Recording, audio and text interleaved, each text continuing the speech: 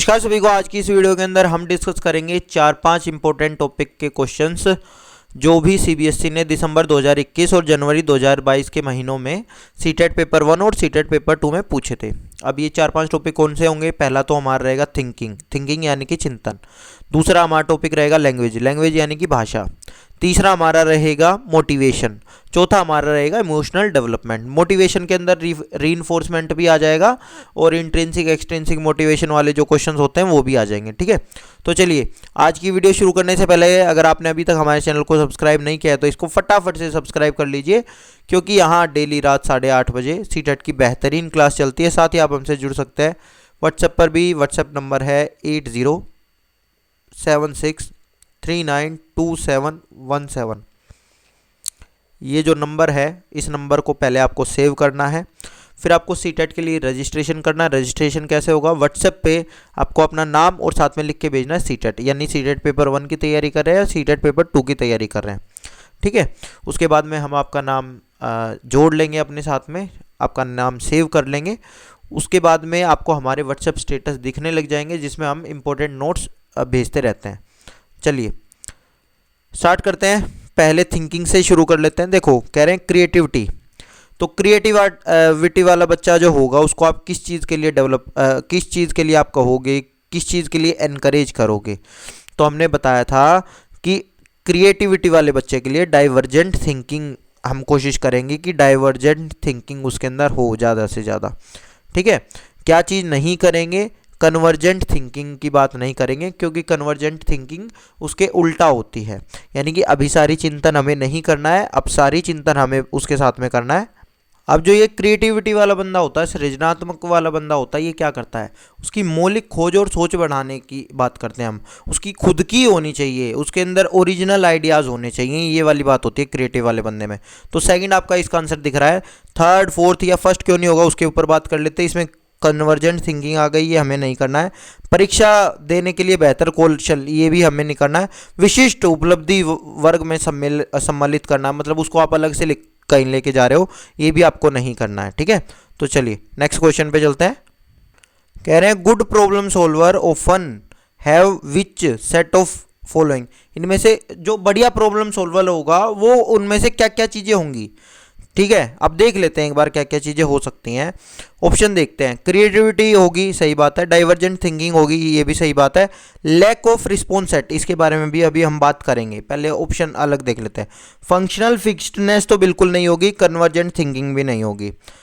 Convergent thinking इसमें भी आ गया, नहीं होगा। फंक्शनल फिक्सनेस इसके अंदर भी आ गया, नहीं होगा। फंक्शनल फिक्सनेस क्या है? कि वो बंदा एक ही तरह से काम करेगा, नहीं भैया हमें नहीं करना। लैक ऑफ रिस्पॉन्स सेट का मतलब होता है उसने अपने कर रखे हैं, उसने चूज कर रखा है, अगर ये चीज़ होगी तो मैं ऐसा कर लूँगा, ये चीज़ होगी तो ये मैं ऐसा कर लूँगा। उसके पास ऐसा कोई रिस्पॉन्स सेट नहीं होगा। ठीक है, जो प्रॉब्लम सोल्व होगा वो हर प्रॉब्लम को एक अलग तरह से सोल्व करने की कोशिश करेगा। चलिए नेक्स्ट पे चलते हैं भाई। कह रहे हैं अगर आपको क्रिएटिविटी बढ़ानी है, सृजनात्मकता आपको सहायक कक्षा बनानी है, तो आप क्या करोगे? कल्पनाशील उत्तरों को स्वीकार करेंगे। क्यों? कल्पना अगर कोई बंदा कह रहा है तो उसके ओरिजिनल आइडियाज़ हैं। ठीक है, ब्रेनस्टॉर्मिंग उसके विचार मंथन पर बल देंगे, बिल्कुल सही बात है। अभिसारी चिंतन मेरे लिए नेगेटिव होता है, कन्वर्जेंट थिंकिंग मेरे लिए नेगेटिव है, ये आप नहीं करोगे।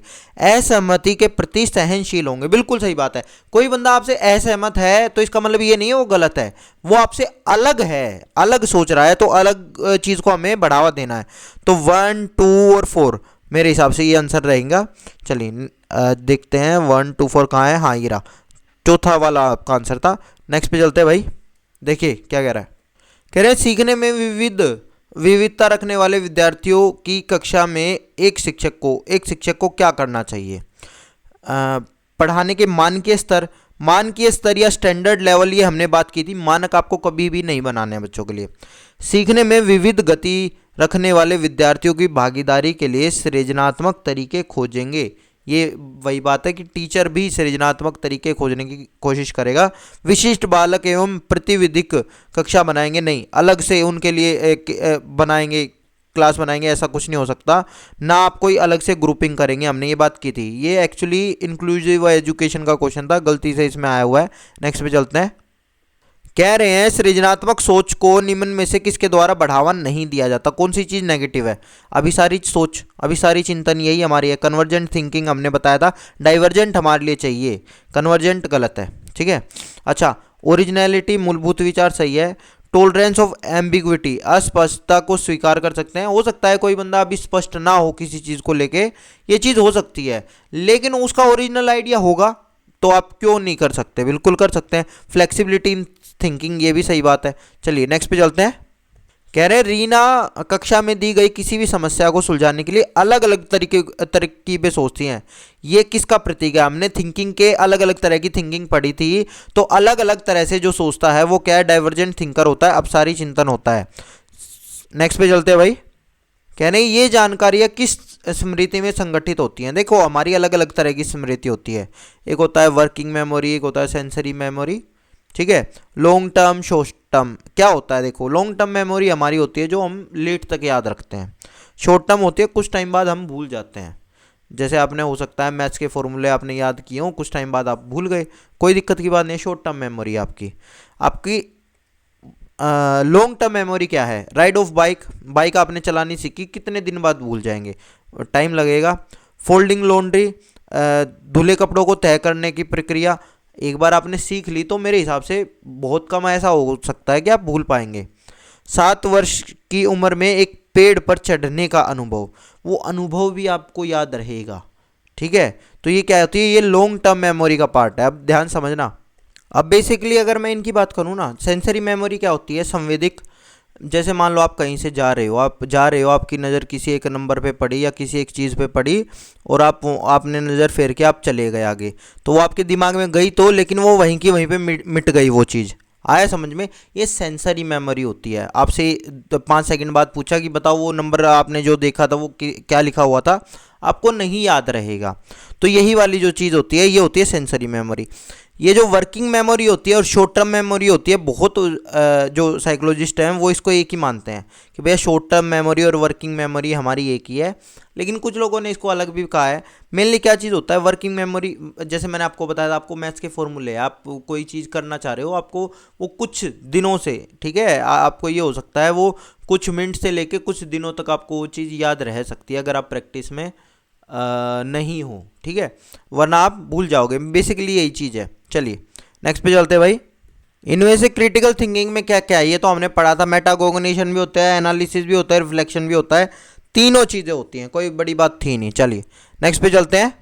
यानी कि समालोचनात्मक चिंतन में क्या क्या होता है? परसंज्ञान भी होता है, विश्लेषण भी होता है और मनन भी होता है। एक शिक्षिका अपनी कक्षा में सृजनात्मक विद्यार्थियों की पहचान कैसे कर सकती है? आपको कैसे पता चलेगा कोई बंदा कैसे क्रिएटिव है? वो अभिसारी सोच वाला होगा? नहीं, अपसारी सोच वाला होगा। समकक्षियों के बीच उसकी प्रसिद्धि, अच्छा वो पॉपुलर होगा? जरूरी नहीं है पॉपुलर हो, उसके मौलिक सोच होगी, उसके मौलिक विचार होंगे। तो यही तीसरा आपका उत्तर है, इनोवेटिव होगा वो। प्रवाह, विस्तारीकरण, लचीलापन, ये किसके लक्षण होते हैं? आत्म केंद्रण के नहीं, एक्सटर्नल मोटिवेशन के नहीं, सृजनात्मकता के।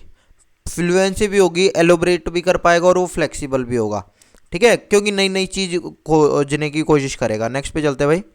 कह रहे हैं अपसारी चिंतन, विचारों में मौलिकता और नव उत्पादन जैसे विशिष्टता निम्नलिखित में से किससे संबंधित है? ऑब्वियसली आपको पता है सृजनात्मकता से हमने बात करी थी। अपसारी चिंतन, डाइवर्जेंट थिंकिंग और मौलिकता, जहाँ ही ये चीज़ आ गई वो हमारे किससे होगा? क्रिएटिविटी से ही होगा। नेक्स्ट पे चलते हैं। कह रहे हैं एक अध्यापक के लिए महत्वपूर्ण है कि वे बच्चों की परासंज्ञान क्षमताओं के विकास पर बल दें, यानी मेटाकोग्निटिव एबिलिटीज़। मेटाकोग्निटिव एबिलिटीज़ क्या है? मुझे ये पता है कि मैं कैसे सोच रहा हूँ, मुझे ये पता है, अपने बारे में मैं जानकारी रखता हूँ।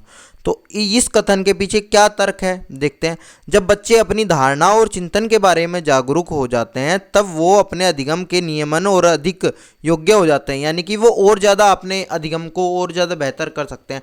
बिल्कुल सही बात है। तो ये दोनों सही हैं, A and R both correct, और जो ए आर है वो ए का करेक्ट एक्सप्लेनेशन है। नेक्स्ट पे चलते हैं भाई। इनमें से हाई ऑर्डर स्किल कौन सी नहीं है? जब आप, ये ब्लूम से क्वेश्चन है वैसे, लेकिन फिर भी मैं बता देता हूँ आपको कि हाई ऑर्डर स्किल क्या होती है। कि आपकी अलग अलग, ब्लूम ने क्या कहा था, एक तो कहा था भैया आपका कोग्निटिव लेवल अगर देखा जाए तो उसने कहा था कि सबसे पहले तो नॉलेज बेस्ड होगा। नॉलेज बेस्ड क्वेश्चन जो होंगे वो कैसे होंगे, मेनली रिकॉल बेस्ड रहेंगे। फिर आपके होंगे अंडरस्टैंडिंग बेस्ड होगा, फिर आपका एप्लीकेशन बेस्ड होगा। ये लोअर लेवल थे। फिर हायर लेवल कौन सा था, एनालिसिस, फिर आपका सिंथेसिस, फिर इवेल्युएशन। कुछ लोगों ने इवेल्युएशन को 5th पे रखा था और सिंथेसिस को हाईएस्ट लेवल दिया था। तो इस तरह से है। तो उस हिसाब से देखा जाए तो ये रिकॉल वाला ही, ये नॉलेज वाला था, यही आपकी लो ऑर्डर थिंकिंग स्किल है, ये हाई ऑर्डर नहीं है। इसमें पूछा तो कौन सी हाई ऑर्डर नहीं है, यानी कि प्रत्यस्मरण, याद करने वाली। नेक्स्ट पे चलते हैं। कह रहे हैं किसी चीज के विषय में नूतन एवं असाधारण रूप, नूतन यानी कि नया, नया सोच रहा कोई, असाधारण सोच रहा है और समस्या के निदान के लिए अनोखे समाधान कर रहा है। तो वो क्या है, क्रिएटिविटी है, सृजनात्मकता है इसके अंदर, आसान चीज है, समझ रहे हो। नेक्स्ट पे चलते हैं।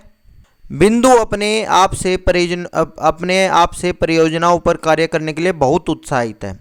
वह मौलिक और अभिसारी समाधानों, समझो मौलिक और अभिसारी, तो सृजनात्मकता आ गई। जैसे ही मौलिक और अभिसारी आ जाएगा वैसे ही सृजनात्मकता आ जाएगी। नेक्स्ट पे चलते हैं। आगामी 10 वर्षों में क्या विज्ञान इतनी उन्नति कर लेगा कि दूसरे ग्रहों पर जीवन की खोज की जा सकेगी।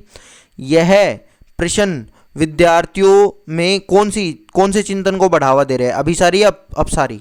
सबसे बड़ी बात तो ये अपसारी चिंतन को करेंगे, है ना, अपसारी चिंतन को करेंगे, क्योंकि यह डैश का मौका देते हैं, केवल सही उत्तर का मौका नहीं दे रहा भैया, ये अनेक संभावित उत्तरों का मौका दे रहा है। ये क्या कर रहा है, अनेक संभावित उत्तरों का मौका दे रहा है। तो इस हिसाब से क्या होगा, अपसारी अनेक संभावित उत्तर, ये पहले वाला आपका उत्तर है। क्योंकि कुछ लोग कहेंगे कि हाँ सर हो भी सकता है, कुछ कहेंगे नहीं, नहीं हो सकता सर, अलग अलग लोग कारण बताएंगे, ठीक है। तो बेसिकली वो चीज़ें होती हैं जो बताएंगे वो फिर अनेक संभावित उत्तर हो गए, और अपसारी चिंतन क्या है, अलग अलग तरह से बच्चे सोच रहे हैं उस चीज़ को। नेक्स्ट पे चलते हैं। कह रहे हैं अपने स्वयं की चिंतन की प्रक्रिया के बारे में सोचने की योग्यता को क्या कहते हैं। अब अधिसंज्ञान हमने बात कर रखी है इसके बारे में। मेटाकॉग्निशन होता है जब मैं सोचता हूँ कि मैं कैसे सोच रहा हूँ उस चीज़ को, think on one's own thinking process, तो ये मेटाकॉग्निशन कहलाता है हमारा। नेक्स्ट पे चलते हैं। इनमें से कौन सा तार्किक चिंतन में योगदान नहीं देता, बताओ। विचारक किसी कथन के संदर्भ में पूर्व अनुमानों की पहचान करते हैं और उन्हें चुनौती देते हैं, ये तो होता है। विचारक कथनों के तथ्यों की सत्यता और तर्क की संगतता की तरफ जांच करते हैं, बिल्कुल सही बात है। तार्किक चिंतन के अंदर किसी भी चीज़ को ऐसे कैसे मान नहीं लिया जाता, उसके पीछे लॉजिक देखा जाता है और फिर देखते हैं, और वो जो लॉजिक होता है उसकी भी चेक किया जाता है। विचारक परिस्थिति में संदर्भ पर विचार नहीं करते, विचारक परिस्थिति के संदर्भ पर विचार नहीं करने, बिल्कुल पर विचार करते हैं भैया, किसी परिस्थिति के संदर्भ पर विचार क्यों नहीं करेंगे, बिल्कुल करेंगे। तो तीसरा आपका आंसर है। नेक्स्ट पे चलते हैं भाई। कह रहे हैं अध्यापक को बच्चों में आदि संज्ञान अपने ही चिंतन के बारे में सोचने, अधिसंज्ञान है वो, आदि गलत लिखा हुआ है, अधिसंज्ञान अपने ही चिंतन के बारे में सोचने की योग्यता को विकास करने पर बल और बढ़ावा देना चाहिए। हमने बात की थी कि मेटाकॉग्निटिव एबिलिटीज़ को बढ़ाओ, सही बात है।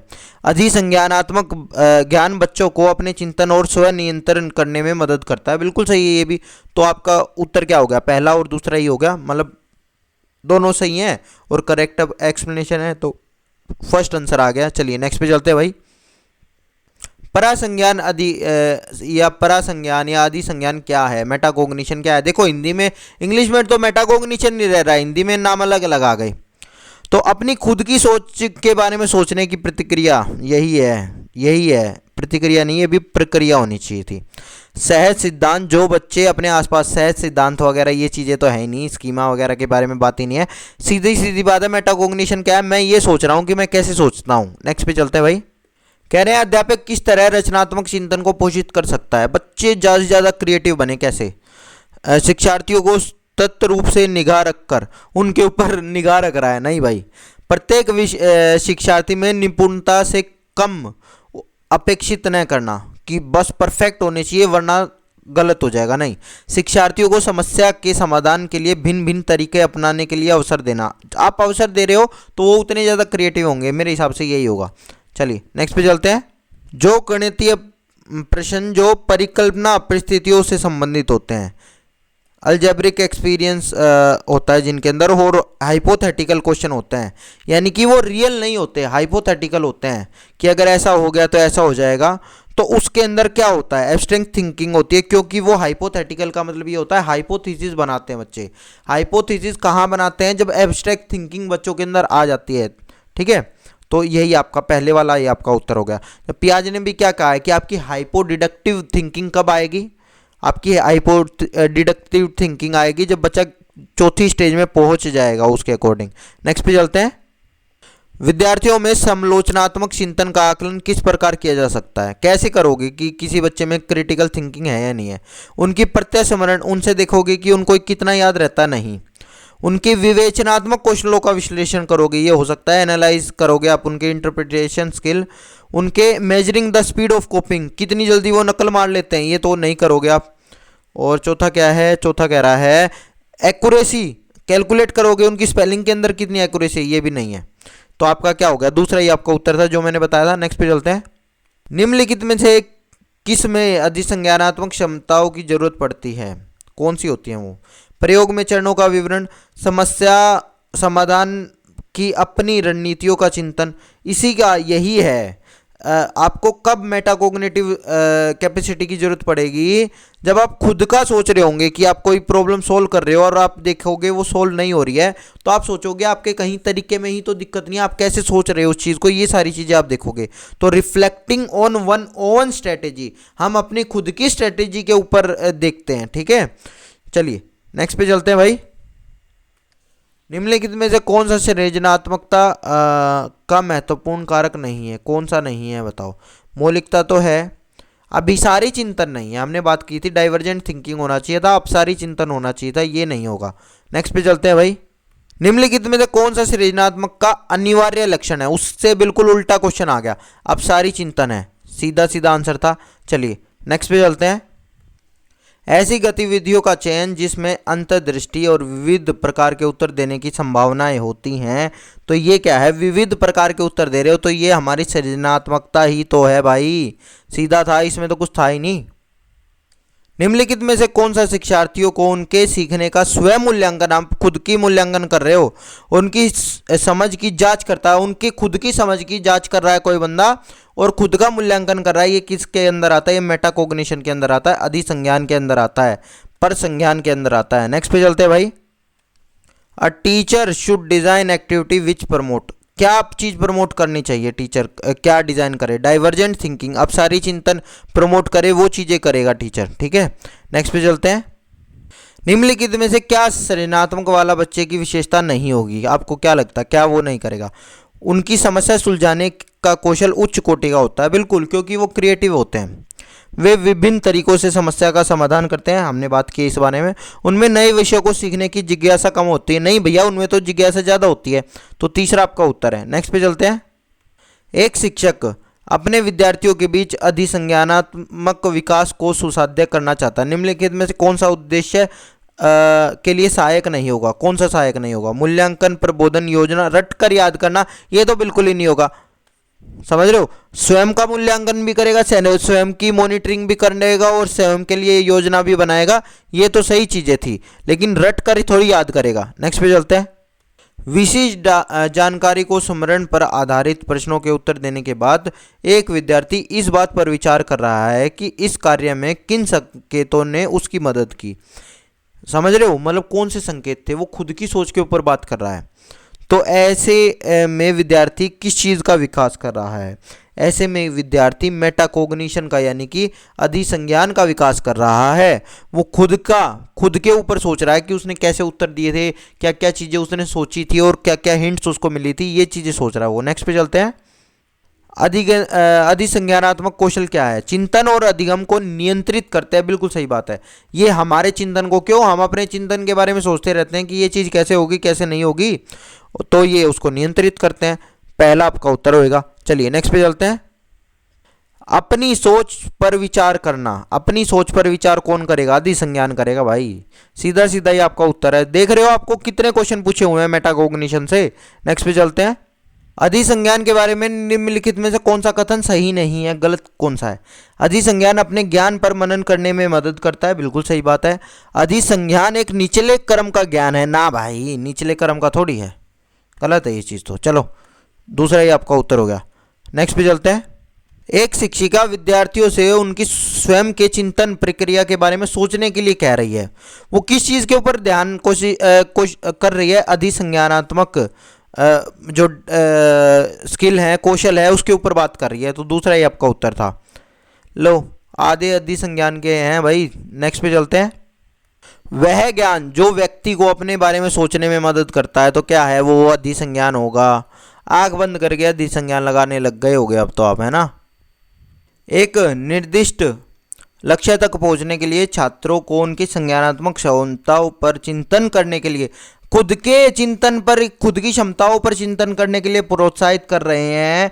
तो किस विकास को सुगम बना रही है? वो मेटाकोग्निशन को बना रही है भैया। आपकी जो टीचर है वो मेटाकोग्निशन यानी कि अधिसंज्ञान को बना रही है। सिंपल था। नेक्स्ट पे चलते हैं भाई। निम्नलिखित में से कौन सा विद्यार्थियों की समस्या समाधान कौशलों को सुसाध्य बनाता है? समस्या समाधान, problem solving. Functional fixedness, response set नहीं, ये भी नहीं। समस्या समाधान क्या होगा आपका? एनालॉजिकल थिंकिंग होगी कि पहले ये वाली चीज़ ऐसे हुई थी तो सेम ऐसी चीज़ अगले वाले उसके अंदर भी वो लगाने की कोशिश करेगा।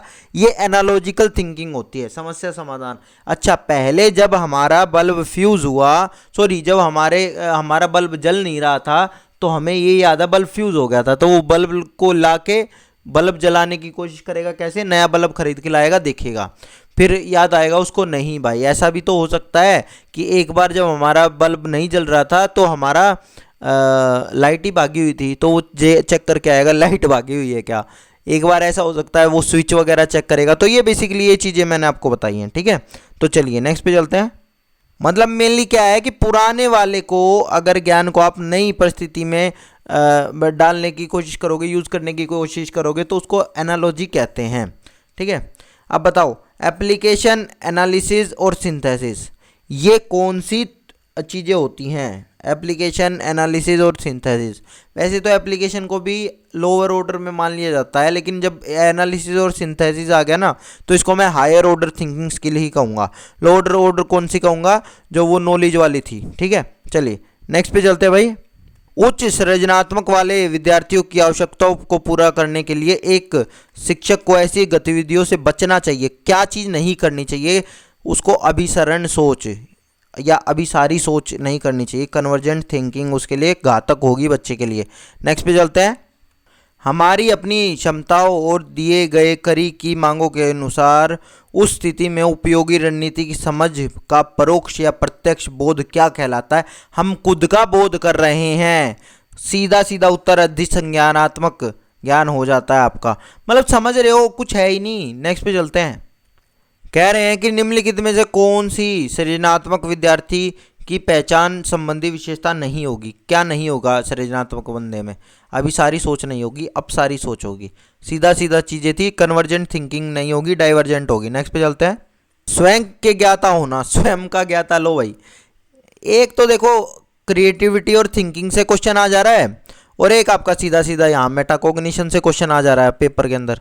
देख रहे हो, सीधा सीधा, और कुछ था ही नहीं। नेक्स्ट पे चलते हैं। मेटाकोग्निटिव स्किल पूछ रखा है। अधिसंज्ञानात्मक क्वेश्चन क्या है? किसी समस्या को हल करने में स्वयं द्वारा प्रयुक्त प्रक्रिया का मूल्यांकन। आपने जो प्रक्रिया अपनाई है उसका मूल्यांकन आप स्वयं कर रहे हो, तो बिल्कुल सही बात है, यही आपका अधिसंज्ञान होता है। दो चित्रों के बीच नहीं हल करना, ये भी गलत है, ये भी गलत है। तो आपका पहला ही आपका उत्तर है। चलिए नेक्स्ट पे चलते हैं। लो भैया, ये भी सिंपल है। कह रहे हैं निम्नलिखित में से कौन सा एक परासंज्ञानात्मक, यानी वो अधिसंज्ञान या कहो आप मेटाकोग्निटिव स्किल, तो उसको उसके कैरेक्टरिस्टिक्स रहेगा। तो कंठस्थीकरण करोगे, याद करोगे किसी चीज़ को नहीं, दूसरों के व्यवहारों की नकल करोगे नहीं, अपनी सोच की विधियों की बारे में सोचोगे। बिल्कुल सही बात है, हम खुद के बारे में सोचेंगे, वही हमारी मेटाकोग्निटिव स्किल्स होती हैं। तो भैया ये जो थिंकिंग वाला पोर्शन था ना, यहाँ से तो हमारा हो गया ख़त्म। यहाँ से इतने क्वेश्चन पूछे गए थे। अब हम नेक्स्ट पे चलते हैं, यानी लैंग्वेज पे। चलिए, लैंग्वेज है सीधा सीधा। देखो भाई, कह रहे हैं 1.5 से 2.5 साल का बच्चा क्या करता है? दो शब्द कहता है, टू वर्ड एटरेंस, टू वर्ड एटरेंस जब भी आएगी वो टेलीग्राफिक स्पीच होती है, ठीक है, तार प्रेषित वाचन होता है। सीधा सीधा इस बात को तो याद कर लो, जैसे ही टू वर्ड एटरेंस आ जाएगा वो टेलीग्राफिक स्पीच है बच्चे की। नेक्स्ट पे चलते हैं। भाषा के लिए सेंसिटिव पीरियड कौन सा होता है? अर्ली चाइल्डहुड होता है, हमने बात कर रखी है इस बारे में। नेक्स्ट पे चलते हैं। वाइगोत्स्की का निजी निजी संवाद हमने बात की थी, जब वो खुद को समझाता है, खुद को रेगुलेट करता है, वो होता है उसका, ठीक है। तो जटिल कार्य करते समय जब बच्चे उसके व्यवहार संचालन को सहायता देता है, यही बात है, ठीक है, ना कि हिंडर करता है। हिंडर नहीं करता, अवरोधक नहीं होता, वो उसके लिए हेल्पफुल होता है। चलिए, वो खुद को बताता है कि ये काम ऐसे करना है, ये काम ऐसे करना है। प्राइवेट स्पीच के बारे में हमने पढ़ा हुआ है। नेक्स्ट पे चलते हैं। कह रहे हैं भाषा विकास केवल शैशवावस्था के दौरान होती है। नहीं भाई, हमने अभी तो बात करी अर्ली चाइल्डहुड में सबसे ज़्यादा सेंसिटिव पीरियड है, ये तो गलत ही हो गया। शुरुआती वर्षों के दौरान अनुभव में किए गए नकारात्मक वातावरण का दीर्घकालिक प्रभाव नहीं होता। बिल्कुल प्रभाव होता है, ये भी गलत है। तो दोनों ए और आर दोनों गलत हैं, चौथा आपका उत्तर है। नेक्स्ट पे चलते हैं। लेव वाइगोत्स्की ने क्या कहा है कि जब बच्चा खुद स्वयं से संवाद करता है, और वो क्यों करता है? खुद को करने के लिए, अपने आप को बताने के लिए कि भाई तेरे को काम कैसे करना है। तो ये क्या है? ये उसका प्राइवेट स्पीच होती है, निजी संवाद होता है, ठीक है। अगर यहाँ पे होता खुद से बातें कर रहा है बच्चा पियाजे के अनुसार, तो वो स्वयं केंद्रीयवाद हो जाता, ईगोसेंट्रिक स्पीच हो जाती। नेक्स्ट पे चलते हैं। कह रहे हैं निम्नलिखित में से कौन सा कथन सामाजिक रचनात्मक दृष्टिकोण यानी कि पियाजे वो वाइगोत्स्की के अनुसार भाषा और विचार के संबंध में सही वर्णन किया जाता है, ठीक है। भाषा विचार निर्धारित करती है, लैंग्वेज डिटरमाइन थॉट, ये वाली बात उसने वाइगोत्स्की ने कही है क्या? बताओ। नहीं, ये नहीं कही है। Thought is governed and directed by language, ये वाली बात कही है नहीं। Relationship between language and thought are bidirectional, बिल्कुल सही बात है। वाइगोत्स्की क्या कहता था? वाइगोत्स्की ने ये कहा है कि पहले 2 साल तक लैंग्वेज और थॉट दोनों ये अलग अलग होते हैं, भाषा और चिंतन अलग अलग हो जाता है। 2 साल के बाद ये एक दूसरे के ऊपर डिपेंडेंट हो जाते हैं, ये इसको प्रभावित करता है और ये इसको प्रभावित करता है, ठीक है। जबकि पियाजे क्या कहता है? पियाजे ये कहता था कि थॉट जो हमारे होते हैं वो भाषा को प्रभावित करते हैं, भाषा थॉट को प्रभावित नहीं करती। चलिए नेक्स्ट पे चलते हैं।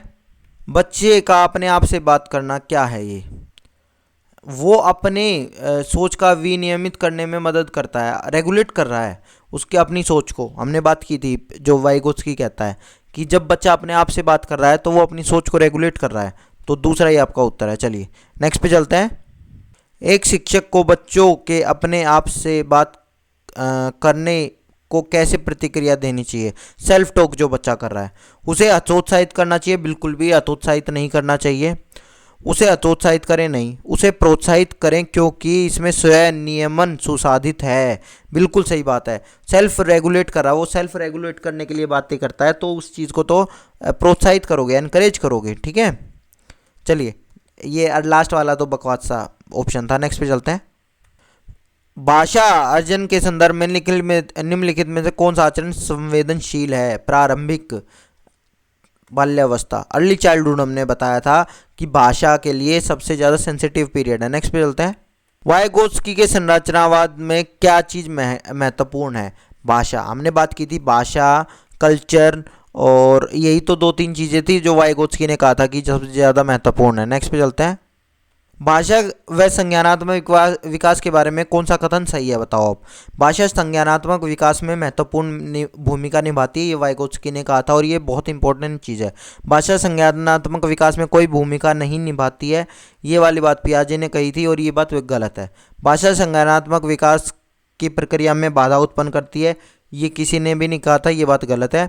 भाषा और संज्ञानात्मक विकास स्वतंत्र प्रक्रियाएं, ये भी गलत है, ठीक है। तो पहला ही आपका उत्तर है। चलिए नेक्स्ट पे चलते हैं। अब हम बात करेंगे, मोटिवेशन करेंगे। नेक्स्ट पे चलते हैं।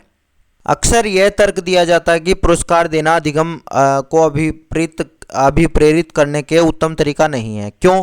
क्योंकि इससे आंतरिक अभिप्रेरणा क्षीण होती है। बिल्कुल सही बात है, इंट्रिंसिक मोटिवेशन खत्म हो जाएगा इसकी वजह से, ठीक है। तो इस वजह से हमें ऐसा कभी भी नहीं करना चाहिए, क्योंकि एक्सट्रिंसिक मोटिवेटेड रहेगा बंदा, इंट्रिंसिक मोटिवेशन खत्म हो जाएगा उसके लिए, ठीक है। चलिए नेक्स्ट पे चलते हैं। उस उदाहरण को चुनिए जो आंतरिक अभिप्रेरणा को दर्शाता है। आंतरिक अभिप्रेरणा क्या थी? जिस चीज़ को करने में मुझे मज़ा आ जाता है और मैं प्रोसेस और जो एंजॉय करता हूँ, प्रक्रिया को एंजॉय करता हूँ। और बाह्य अभिप्रेरणा क्या थी? जिसमें मुझे एंड प्रोडक्ट चाहिए, कि मुझे लास्ट में सफलता असफलता कोई इनाम चाहिए, कोई लालच होगा लास्ट के लिए मुझे, ठीक है। रोशनी परीक्षा में अच्छे अंक लाने के लिए परिश्रम कर रही है, क्योंकि माता पिता ने 90% अंक लाने पर उसके घड़ी दिलाने का वादा किया है। घड़ी का लालच है उसको, नहीं। रूमी अपना गृह कार्य पूरा कर रहा है क्योंकि माता पिता उसे टीवी देखने देंगे। टीवी का लालच है उसे, नहीं भाई, ठीक है, क्योंकि ये लालच वगैरह बढ़ा रहे हैं ना बच्चों का, तो ये गलत चीज़ें होती हैं। रोमा बहुत सी पुस्तकें पढ़ रही हैं क्योंकि रीडिंग स्टार बोर्ड पर उसका नाम ऊपर लाना है, तो फिर उसको नाम ऊपर लाने का लालच है, नहीं भाई, ये भी गलत है। अपनी परियोजना कार्य के लिए रवि विभिन्न स्रोत तलाश कर रहा है क्योंकि नई जानकारी लेने में रुचि रखता है। उसको तो रुचि है नई जानकारी लेने में, उसको लालच नहीं है किसी और चीज़ का। तो जो काम कर रहा है उसको वही काम करने में मजा आ रहा है, तो ये आपका ऑप्शन होगा, चौथा आपका उत्तर था। चलिए नेक्स्ट पे चलते हैं। बच्चों को आंतरिक रूप से अभिप्रेरित मतलब कि उनका इंट्रिंसिकली मोटिवेटेड बनाना है आपको उनको, तो आप क्या करोगे? हौसला बढ़ाने के लिए इनाम दोगे। इनाम दोगे तो लालच पैदा कर रहे हो, वो तो आपको देना ही नहीं है। डराना धमकाना भी नहीं है, दंड भी नहीं देना है। अधिगम प्रक्रिया के दौरान की गई त्रुटियों से सीख कर बिना किसी नकारात्मक दंड के आप वो करेंगे, आप उनको कोई भी नेगेटिव पेनल्टी नहीं देंगे, ये अभी सही बात है। शिक्षिका द्वारा कक्षा में खास उपलब्धि वाले बच्चों पर विशेष ध्यान देकर, नहीं, ऐसा नहीं है। तीसरा ही आपका उत्तर है। गलती होगी, क्या दिक्कत है? हमने बात की भी तो की थी एनसीएफ वाले चैप्टर में। नेक्स्ट पे चलते हैं। किस प्रकार की प्रेरणा उन गतिविधियों से जुड़ी है जो अपने आप में आनंददायक व संतोषजनक हैं? आप बताओ। ये इंट्रिंसिक मोटिवेशन है, हमने बताया था, अपने आप में वो आनंददायक और संतोषजनक है। नेक्स्ट पे चलते हैं भाई। कह रहे किसी अध्यापक को अपने विद्यार्थियों को किसी कार्य के लिए आंतरिक रूप से अभिप्रेरित करना है, तो वो क्या कहकर प्रोत्साहित करेगी? उनको ना डराएगी, ना धमकाएगी, ना लालच देगी, ये बात ध्यान रख लेना। जो विद्यार्थी सबसे पहले कार्य खत्म करेगा उसे 5 सितारे मिलेंगे। लालच दे दिया। मैं देखती हूँ कि कौन प्रथम आता है, सबसे अधिक स्मार्ट है, नहीं भाई, ये भी गलत है। इन पर काम करना कितना मज़ेदार है, चलो देखते हैं कि हम गतिविधियों में क्या क्या सीख सकते हैं। अभी इसके अंदर कोई लालच वगैरह नहीं दिया है। वे विद्यार्थी को जल्दी काम करने के लिए पूरा नहीं करते हैं और उन्हें खेल के स्तर में नहीं जाने देंगे। उनको कह रहे हैं कि जो बच्चे काम नहीं पूरा करेंगे उनको डरा रही है, ये भी नहीं होगा। यहाँ पे अधिक स्मार्ट है ये वाली बात कर रही थी, ये भी गलत है। क्यों? क्योंकि स्मार्ट वगैरह वो स्मार्टनेस के लालच में आएगा कि देखो मेरी टीचर मेरे को स्मार्ट बोलेगी, वो प्रशंसा का लालच होगा उसको उस टाइम पे, नहीं। आपका तीसरा उत्तर है इसका। नेक्स्ट पे चलते हैं। बच्चे पढ़ाई के लिए आंतरिक रूप से अभिप्रेरित कब होते हैं? दंड और पुरस्कार पर बल दिया जाए, नहीं, ये तो हमने बात कर ली थी, ये तो होता ही नहीं है। पठन में केवल स्मृति भी नहीं, उनका शैक्षणिक वातावरण, उनकी अपनत्व की भावना और क्रियाशीलता में क्रिया शक्ति में तीव्रता, ये हो सकता है। शिक्षक उन्हें आज्ञा पालन के लिए उत्साहित करेगा, नहीं, आज्ञा पालन कि अच्छा जो मैं कह रहा हूँ वैसा ही तुम करो, नहीं। तीसरा आपका उत्तर है। चलिए नेक्स्ट पे चलते हैं। कह रहे हैं कोविड-19 महामारी में तालाबंदी के दौरान बिना किसी की बढ़ाव दिए रोहिणी अपनी बड़ी बहन के पास मौजूद कहानियों की पुस्तकों को पढ़ना पसंद करती थी। यानी उसको कोई कुछ नहीं कर रहा है, वो बच्ची खुद ही अपना जो कहानी की पुस्तक है वो पढ़ रही है। वो क्या है? वो इंट्रिंसिकली मोटिवेटेड है, स्वप्रेरित अधिगम करता है वो। चलिए नेक्स्ट पे चलते हैं। निम्नलिखित में से किस तरह का लक्ष्य निर्धारण विद्यार्थियों को अधिगम के लिए आंतरिक अभिप्रेरित करेगा? सेल्फ डायरेक्टेड होता है। आंतरिक अभिप्रेरित क्या होता है? जब मुझे जो चीज़ें पसंद है मैं वो काम करूंगा, सेल्फ डायरेक्टेड होता है। चलिए नेक्स्ट पे चलते हैं। निम्नलिखित में से कौन सी तकनीक विद्यार्थियों के अधिगम अभिप्रेरणा को बढ़ावा देती है? कौन सी तकनीक बढ़ावा देगी? दंड दोगे आप क्लास में, गलत हो गया। किसी भी कीमत पर कार्य खत्म करने पर बल दोगे, उनको तो जबरदस्ती करवा रहे हो, नहीं। विद्यार्थियों के बीच प्रतिस्पर्धा पर जोर दोगे, हमने बात की थी कंपटीशन भी नहीं होना चाहिए। विद्यार्थियों को उनके व्यक्तिगत अधिगम लक्ष्य पाने के लिए समर्थन दोगे, यही चौथा आपका उत्तर है। चलिए नेक्स्ट पे चलते हैं। आसान था। मीरा विद्यालय के बाद गिटार का अभ्यास करती है, वह इस कार्य को प्रेम से करती है और उसे संतुष्टि देता है, तो ये क्या है? आंतरिक अभिप्रेरणा है। वो किसी लालच में नहीं कर रही, वो काम करने में उसको मजा आ रहा है। नेक्स्ट पे चलते हैं। एक विद्यार्थी जो अपने को गणित में होशियार समझती है, परीक्षा में कम अंकों के लिए अपने परिश्रम न करने को जिम्मेदार मानती है। वो क्या कह रही है कि भैया मैं जिम्मेदार हूँ अगर मेरे कम अंक आए हैं तो उसका रीजनिंग क्या है, उसका नियंत्रण का आंतरिक केंद्र है, वो दूसरों के ऊपर नहीं कर रही है। बहुत सारे बच्चे ऐसे होते हैं जो ये कहते हैं कि भैया पेपर खराब आ गया था इस वजह से नहीं हुआ, उनका जो लोकस ऑफ कंट्रोल होता है वो एक्सटर्नल होता है, लेकिन यहाँ इंटरनल है, वो अपने आप को जिम्मेदार मान रही है। ठीक है, चलिए नेक्स्ट पे चलते हैं। अधिगमकर्ताओं में सक्रिय संलग्नता के लिए क्या आवश्यक है? एक्टिव हैं भैया, सक्रिय हैं वो। तो अन्वेषण और पूछताछ हमने बात करी थी। पुनर्रूपता, उत्पादन और प्रत्यसमरण, रिप्रोडक्शन और रिकॉल, ये तो हमारे लिए नेगेटिव था, हमने एनसीएफ में बात की थी। एप्लीकेशन और रिफ्लेक्शन सही था, डिबेट और डिस्कशन भी सही था। तो हमारा पहला, तीसरा और चौथा आपका उत्तर आ जाएगा। पहला, तीसरा और चौथा तीसरे नंबर पे। चलिए नेक्स्ट पे चलते हैं।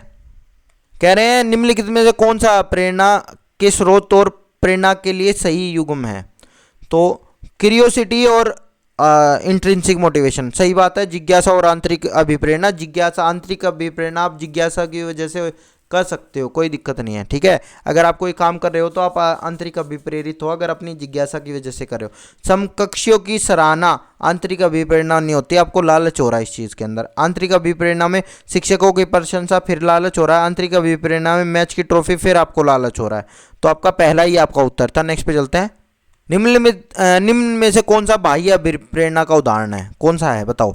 अपने अधिगम को दृढ़ बनाने के लिए शोध करते समय अमन विभिन्न स्रोतों से सहायता लेता है। अपना, ठीक है, वो अपने लिए काम कर रहा है, क्या दिक्कत है? ठीक है, उसको वो काम करने में मजा आ रहा है, यानी वो अधिगम है, अपने अधिगम जो काम कर रहा है ना, अपने सीख ही तो रहा है वो उस चीज़ को, और उसी चीज़ को करने में वो मजा आ रहा है तो करेगा। नगद इनाम पाने हेतु, नगद इनाम पाने हेतु ये लालच आ गया नगद इनाम का, यही बाह्य अभिप्रेरणा है। नेक्स्ट पे चलते हैं।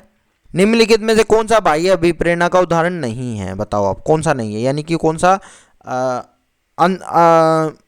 आंतरिक अभिप्रेरणा का होगा? सजा से बचना नहीं। रुचि, रुचि हमारा हमने बताया था कि जिस चीज़ में मेरा इंटरेस्ट है अगर मैं वो कर रहा हूँ तो आप इंट्रिंसिक मोटिवेशन हो, मोटिवेट हो। नेक्स्ट पे चलते हैं। निम्नलिखित में से कौन सा आंतरिक अभिप्रेरणा का उदाहरण है? रुचि के कारण एक नई भाषा सीखना। ठीक है, रुचि के कारण, ये बात सही है। रुचि के कारण अगर हम कोई नई भाषा सीखेंगे तो सही है। नगद, पुरस्कार, प्रशंसा, ये सब आपके एक्सट्रिंसिक हो गए। नेक्स्ट पे चलते हैं। किसी कार्य की सफलता या विफलता पर निम्नलिखित में से कौन सा आरोपण भविष्य में विद्यार्थियों की प्रेरणा और समरूपी कार्यों पर संलग्न होने के प्रयासों में वृद्धि कर पाएगा? तो पहली बात तो एक्सटर्नल वाली बात तो हो ही नहीं पाएगी, एक्सटर्नल तो छोड़ ही दो। ठीक है, फिर बात आती है इंटरनल और इंटरनल यहाँ दो ऑप्शन आ गए हैं, लेकिन स्थिर होगा या निरंतरणीय होगा इसके ऊपर बात करते हैं। तो किसी कार्य की सफलता या विफलता में आपको कंट्रोलेबल होना चाहिए, वो जो बंदा होना चाहिए उसका सेल्फ कंट्रोल हो, तो यही है आपका चौथा आपका उत्तर है। चलिए नेक्स्ट पे चलते हैं। निम्नलिखित में से कौन सा कथन आंतरिक प्रेरणा का उदाहरण है? बताओ। मुझे पढ़ाई करनी चाहिए क्योंकि संप्रदाय की समझ बनाना जरूरी है। मतलब वो किसी लालच के लिए नहीं कर रहा है कोई काम, लालच के लिए होगा तो गलत चीज़ है। दंड से बचने के लिए नहीं, प्रथम स्थान प्राप्त करने के लिए नहीं, प्रशंसा के लिए नहीं। तो पहला ही आपका उत्तर आ गया। चलिए नेक्स्ट पे चल रहे हैं।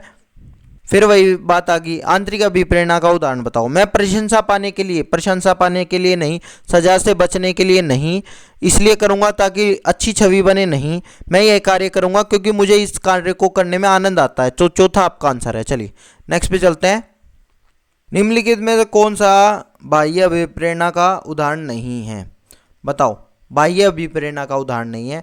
फिर वही चीज़ आ गई, इंट्रिंसिक मोटिवेशन देखना है। दंड से बचने के लिए नहीं, ज्ञान प्राप्त करने के लिए वाद विवाद में शामिल होना, ये हो सकता है क्योंकि यहाँ पे ज्ञान प्राप्त कर रहा है वो। ठीक है, प्रतियोगिता जीतने के लिए नहीं, साथियों को प्रभावित करने के लिए भी नहीं, ये भी लालच था। तो दूसरा आपका उत्तर है। चलिए नेक्स्ट पे चलते हैं। विद्यार्थी सीखने के लिए प्रेरित महसूस करते हैं जब क्या होता है? जब उनके सामने वास्तविक दुनिया से जुड़ा हो, उनकी वास्तविक दुनिया से जब चीज़ें जुड़ी होंगी तभी वो ज़्यादा कर पाएंगे। ठीक है, connected to real world. Next पे चलते हैं। निम्नलिखित में से कौन सा आंतरिक अभिप्रेरणा का उदाहरण है? बताओ, निम्नलिखित में से कौन सा आंतरिक अभिप्रेरणा का? दंड से बचने के लिए नहीं, रुचि के कारण आपका दूसरा आपका उत्तर है। नेक्स्ट पे चलते हैं। निम्नलिखित में से कौन सा प्रेरणा की स्रोत और प्रेरणा के प्रकार का सही मिलान है। आप बताओ भाई इसमें से, ये तो सिंपल है, इसमें से तो मेरे ख्याल में आपको दिक्कत होनी ही नहीं चाहिए। चलो क्या कह रहा है, कह रहा है कि दंड से बचना आंतरिक कारण नहीं, दंड से बचने के लिए आंतरिक थोड़ी होता है, नगद पुरस्कार के लिए आंतरिक कारण नहीं, जिज्ञासा के लिए बाह्य कारण नहीं, रुचि और आंतरिक कारण, चौथा आपका उत्तर है। चलिए नेक्स्ट पे चलते हैं। निम्नलिखित में से कौन सा विश्वास एक छात्र को भविष्य के प्रयासों के लिए प्रेरित करने की संभावनाएं रखता है? मैं बुद्धिमान नहीं हूँ, प्रयास से मेरी क्षमता में कोई फर्क नहीं पड़ेगा। ये तो गलत चीज़ होगी, ये तो नेगेटिव सोच आ गई उसके अंदर। पॉजिटिव सोच आपके हिसाब से कौन से उस चीज़ के अंदर आएगी? यदि मैं प्रयासों में आवश्यक प्रयास करता हूँ तो मैं दिए गए कार्य को करने में सक्षम हूँ। बिल्कुल सही बात है। जैसे आप में कि अगर मैं ये वीडियो देख रहा हूँ या देख रही हूँ तो, और मैं अच्छे से ये वीडियो के क्वेश्चन सोल्व करते हैं तो मेरा सीटेट जरूर क्लियर हो जाएगा। ये बात आपकी पॉजिटिव होगी। मैं एक बदकिस्मत व्यक्ति हूँ, नेगेटिव होगी। मेरे पास विज्ञान में अच्छा प्रदर्शन करने की क्षमता नहीं है, मेरे पास सीटेट को पास करने की क्षमता नहीं है, ये गलत बात हो गई है। तो आपको दूसरा आपका उत्तर हो जाता है। ठीक है, एक सेकेंड, हाँ दूसरा आपका उत्तर है। नेक्स्ट पे चलते हैं। किसी कार्य में विफलता के लिए निम्नलिखित में से कौन सा आरोपण एक विद्यार्थी को भविष्य में प्रेरित करने की संभावना है?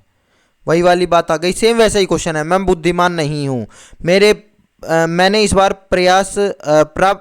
पर्याप्त प्रयास नहीं किया, हालांकि मैं ऐसा करने में सक्षम हूँ। यही वाली बात कह रहा है। अगर आप कहीं कभी विफल हो गए तो आप क्या कहोगे? मेरे तो बस की नहीं है। आप यही कहोगे कि मेरे उसके अंदर कमी रह गई, अब की बार मैं और आगे और ज़्यादा करूँगा। ठीक है, शिक्षक मेरे प्रति पक्षपाती था, बायस था, नहीं।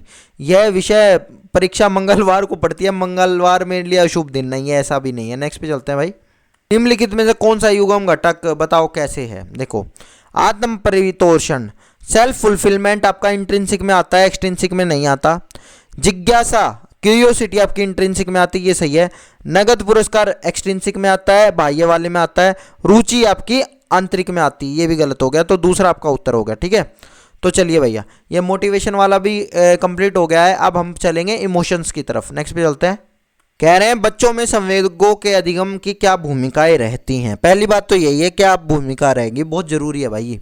संवेग बच्चों को सीखने में बाधित तो नहीं करते। प्रभावशाली अधिगम के लिए संज्ञान और बच्चों के संवेगों में पृथक रखना चाहिए, यानी जो प्रभाव वाले नहीं भाई, संवेग हर किसी के लिए जरूरी है। संवेग सीखने की प्रक्रिया को अर्थपूर्ण बनाते हैं, ये हमने पढ़ा है। ठीक है, अर्थपूर्ण बनाते हैं, इसी वजह से उनको हमें सीखने की प्रक्रिया के अंदर सम्मिलित जरूर करना चाहिए। नेक्स्ट पे चलते हैं भाई, तीसरा आपका उत्तर है इसका। नेक्स्ट पे चलते हैं। अधिगम हेतु एक प्रेरक वातावरण देने के लिए शिक्षक को विद्यार्थियों की भावनाओं पर ध्यान केंद्रित करना चाहिए और संज्ञानात्मक पहलुओं की उपेक्षा करनी चाहिए। नहीं, उपेक्षा तो आप बिल्कुल नहीं करोगे, संज्ञानात्मक पहलुओं पर ध्यान देना चाहिए और भावनाओं की उपेक्षा करनी चाहिए। नहीं, यह मानना चाहिए कि भावनात्मक और संज्ञानात्मक पहलू एक दूसरे के लिए प्रभावित करते हैं, यही बात सही है। चलिए नेक्स्ट पे चलते हैं। शिक्षा ढांचे में शैक्षणिक अवबोध के अतिरिक्त छात्रों के सामाजिक संवेगात्मक आवश्यकताओं पर ध्यान देना चाहिए, बिल्कुल देना चाहिए। संज्ञान और संवेग महत्वपूर्ण भूमिका निभाते हैं, इसका कारण यही है, बिल्कुल सही है। तो ये दोनों बातें सही हैं और ये इसका कारण है, तो आपका पहला आपका उत्तर आ गया है। नेक्स्ट पे चलते हैं। परीक्षा के शुरू होने से पहले तन्वी गहरे लंबे श्वास भरती है, दुश्चिंता से निपटने के लिए यह तकनीक क्या है? इमोशनल मैनेजमेंट है, अपने इमोशंस को मैनेज कर रही है वो, सही बात है। ठीक है, चलिए नेक्स्ट पे चलते हैं।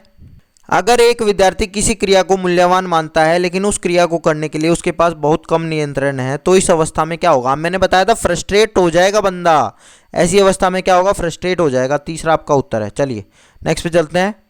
एक अध्यापिका को यह योग्यता होना बहुत ज़रूरी है कि वह खुद को विद्यार्थियों के स्थान पर रहकर महसूस करेंगे, तो इसको बोलते हैं एम्पैथी। हमने बात की थी जब इंक्लूसिव एजुकेशन की बात कर रहे थे कि हमें बच्चों के अंदर एम्पैथी लानी है, ना कि सिंपैथी लानी है। सिंपैथी आप उसके ऊपर दया भाव दिखाते हो कि हाय बेचारा, ये नहीं।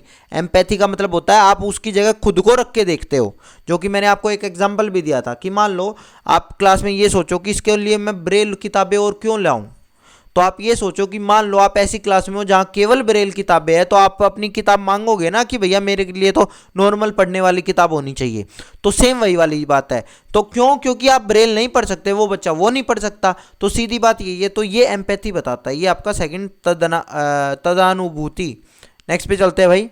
एक ऐसी स्थिति में जहां परिणाम अनिश्चित हो लेकिन ध्यान असफलता पर हो। बिल्कुल सही बात है, इस टाइम पे आपको एंग्जाइटी आ जाएगी।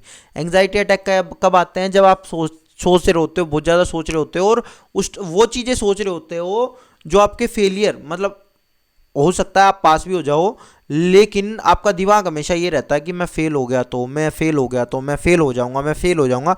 एंग्जाइटी हो जाती है फिर आपको उस तरह से। नेक्स्ट पे चलते हैं। जब एक विद्यार्थी किसी क्रियाकलाप के लिए नकारात्मक परिणाम मूल्य और नियंत्रण की कमी पर केंद्रित करता है तो उसे क्या भाव आता है, ये बताओ आप। नकारात्मक परिणाम मूल्य और नियंत्रण की कमी का क्या होता है उसको? हाँ, फिर वही वाली बात आ गया कि उसको ये है कि भैया मेरे लिए तो कोई चीज़ बड़ी मूल्यवान थी, लेकिन नहीं, एक सेकेंड दोबारा देख रहा हूँ ना, एक second. Which of the following emotion will be experience by a student when he focus on lack of controllability and negative outcome. Negative outcome मतलब फिर वही फेलियर की तरफ ही बंदा ध्यान दे रहा है, तो वो एंग्जाइटी हो जाएगी, उसको दुश्चिंता हो जाएंगी। चलिए नेक्स्ट पे चलते हैं। निम्न में से कौन सा संवेग विद्यार्थियों को सीखने के लिए प्रयत्न करने पर बल देता है? मान, प्राइड, यही करेगा। ये तो बाकी तीन गलत इमोशन है, वही है जो बढ़िया इमोशन था। चलो आसान था। नेक्स्ट पे चलते हैं। देखो कह रहे हैं बच्चों में भाषाई विकास के लिए प्राथमिक स्तर की कक्षाओं में मुद्रित समृद्ध परिवेश होना चाहिए। बिल्कुल सही बात है। आपको बच्चों के अंदर कुछ लैंग्वेज डेवलपमेंट करवाना है तो आपने प्रिंटेड मटेरियल, आपने चार्ट वगैरह डाल दिया वहाँ पे। भावनाएं अधिगम में महत्वपूर्ण है, बिल्कुल ये भी बात सही है, लेकिन इसका ऊपर वाले से कोई रिलेशन नहीं है कि आपने क्लास में चार्ट चिपका दिए और उससे बच्चों का डेवलपमेंट हो रहा है, लैंग्वेज डेवलपमेंट, तो उसका इससे क्या मतलब है? कोई मतलब नहीं है। तो दूसरा आपका इसका उत्तर हो जाएगा। चलिए नेक्स्ट पे चलते हैं। कौन सा संवेग विद्यार्थियों के अधिगम में हतोत्साहित किया जाएगा? कौन सा हतोत्साहित करोगे आप? प्राइड, ये तो आप कहोगे। आनंद, ये भी होप, ये भी आए। बोरियत आप हतोत्साहित करोगे। चौथा आपका उत्तर है। चलिए नेक्स्ट पे चलते हैं। जब एक विद्यार्थियों को डैश का एहसास होता है यदि वह सफलता को आरोपण आंतरिक मानता है, और डैश का एहसास होगा यदि वह असफलता का आरोपण बाह्य मानेगा। किस चीज़ के अंदर किस चीज़ का होगा? अगर वह असफलता का आरोपण आंतरिक मानता है, खुद की तरफ मानता है, ठीक है, तो उसको क्या आएगा? उसको गर्व होगा। क्या? जब एक विद्यार्थियों का दुष्शर्म का एहसास होगा, दुश्चिंता का एहसास होगा। अभी मान लो हम यहाँ भर के देख लेते दुश्चिंता का एहसास होगा यदि वह सफलता का आरोपण आंतरिक मानता है, और राहत का एहसास होगा यदि वह सफलता का आरोपण बाह्य मानता है। ये हो सकता है मेरे हिसाब से, मैं तो इस चीज़ को मान सकता था। पहले वाला उत्तर लगा के आता मैं, लेकिन अभी थोड़ा सा और देख लेते हैं। यदि एक विद्यार्थी को ऐसा, पर मान लो आप यही करने लग जाओ कि मैं फेल इसलिए हुआ, अच्छा सफलता है ना, मैं तो असफलता पढ़ रहा था इसको, सफलता का। बिल्कुल, यदि मैं आंतरिक मानूंगा तो गर्व है मुझे, ठीक है, गर्व होगा मुझे, लेकिन और मैं असफलता का आरोपण बाह्य मानूंगा तो क्रोध होगा मुझे। सही बात है, तीसरा आपका उत्तर है। चलिए इसके अंदर मैं दोनों को असफलता पढ़ रहा था। नेक्स्ट पे चलते हैं। अगर विद्यार्थी अपने कार्य की सफलता को आंतरिक कारणों पर आरोपित करता है तो उनमें उसे क्या आएगी? बताओ, आप बताओ कि अपने सफलता के कार्य को आंतरिक कारणों में करेगा तो वो प्राइड होगा, वो कि हाँ भाई मेरे कारण मैं आया हूँ फर्स्ट, मैंने मेहनत करी थी इसलिए मैं फर्स्ट आया हूँ, तो उसको गर्व की अनुभूति होगी। नेक्स्ट पे चलते हैं। कोविड-19 महामारी के दौरान तनाव में विद्यार्थियों के प्रदर्शन को नकारात्मक रूप से प्रभावित किया है। यह निम्नलिखित में से किस प्रकार के संबंध को स्पष्ट करता है? भैया संज्ञान और संवेग, हमने बात की थी, कॉग्निशन और इमोशन दोनों, ठीक है, क्योंकि ये दोनों आपस में जुड़े हुए हैं, हमने बात की है इस बारे में। चलिए, निम्न में से कौन सा भाव विद्यार्थियों के अधिगम में बाधक है? बताओ कौन सी चीज़ नेगेटिव है बच्चों के लिए? उत्सुकता सही है, कृतज्ञता सही है, जिज्ञासा सही है, निराशा गलत है। आसान क्वेश्चन था। नेक्स्ट पे चलते हैं। अधिगम प्रक्रिया में शर्मिंदगी क्या है? हानिकारक होती है। चलो नेक्स्ट पे चलते हैं। अर्थपूर्ण अधिगम के लिए जरूरी है कि बच्चे समझे कि उन्हें प्यार व सम्मान दिया जा रहा है। बिल्कुल। अधिगम में संवेग एक बहुत महत्वपूर्ण भूमिका निभाता है। यही तो बात है, इसीलिए तो हम उन्हें प्यार करेंगे क्लास के अंदर, प्यार से बात करेंगे उनसे। क्यों? क्योंकि उनके इमोशन भी हमारे लिए ज़रूरी हैं। तो ये तर्क इसके ऊपर बिल्कुल फिट बैठ रहा है और बिल्कुल सही भी है। तो आपका कौन सा उत्तर हो जाएगा? पहला ही उत्तर हो जाएगा कि ए और आर दोनों सही हैं, और वो आर है जो वो ए की सही व्याख्या करता है। नेक्स्ट पे चलते हैं। परीक्षा की चिंता और असफलता का डर क्या करेगा? सीखने पर कोई प्रभाव नहीं डालेगा। बिल्कुल प्रभाव डालेगा, ये तो गलत बात है। प्रभाव सीखने को सुसाधित करते हैं, नहीं। सीखने पर नकारात्मक प्रभाव डालेगा, ये तीसरा आपका सही है। चलिए नेक्स्ट पे चलते हैं। निम्नलिखित में से कौन सा संवेग अधिगम को नकारात्मक रूप से प्रभावित करता है? आप बताओ, इनमें से नकारात्मक रूप से कौन सा प्रभावित करेगा? नकारात्मक रूप से जिज्ञासा तो सही करेगी, जिज्ञासा तो ठीक है। आनंद भी ठीक है। निराशा नकारात्मक रूप से प्रभावित करेगी, तीसरा आपका उत्तर है। नेक्स्ट पे चलते हैं।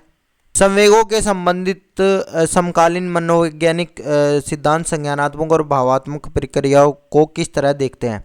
दोनों एक दूसरे से स्वतंत्र है? नहीं, दोनों एक दूसरे के अंदर गुथे हुए हैं, यही वो कहते हैं। ठीक है। केवल भावना ही संज्ञान को प्रभावित करती है? नहीं, केवल संज्ञान ही भाव को, ये भी गलत है। तो यही है, दोनों एक दूसरे को प्रभावित करते हैं, हमने पढ़ा हुआ है।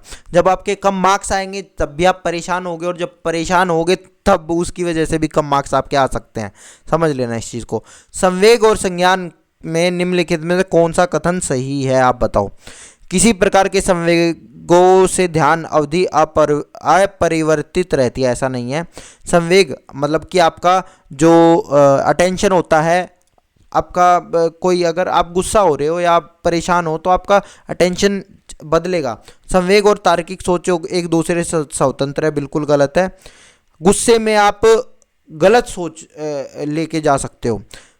भावनाएं स्मृतियों को कूट लेखन और पुनर्प्राप्ति में सुसाध्य करती हैं, बिल्कुल सही बात है। इमोशंस है वो आपकी मेमोरीज को लेके आते हैं, सही बात है। ठीक है।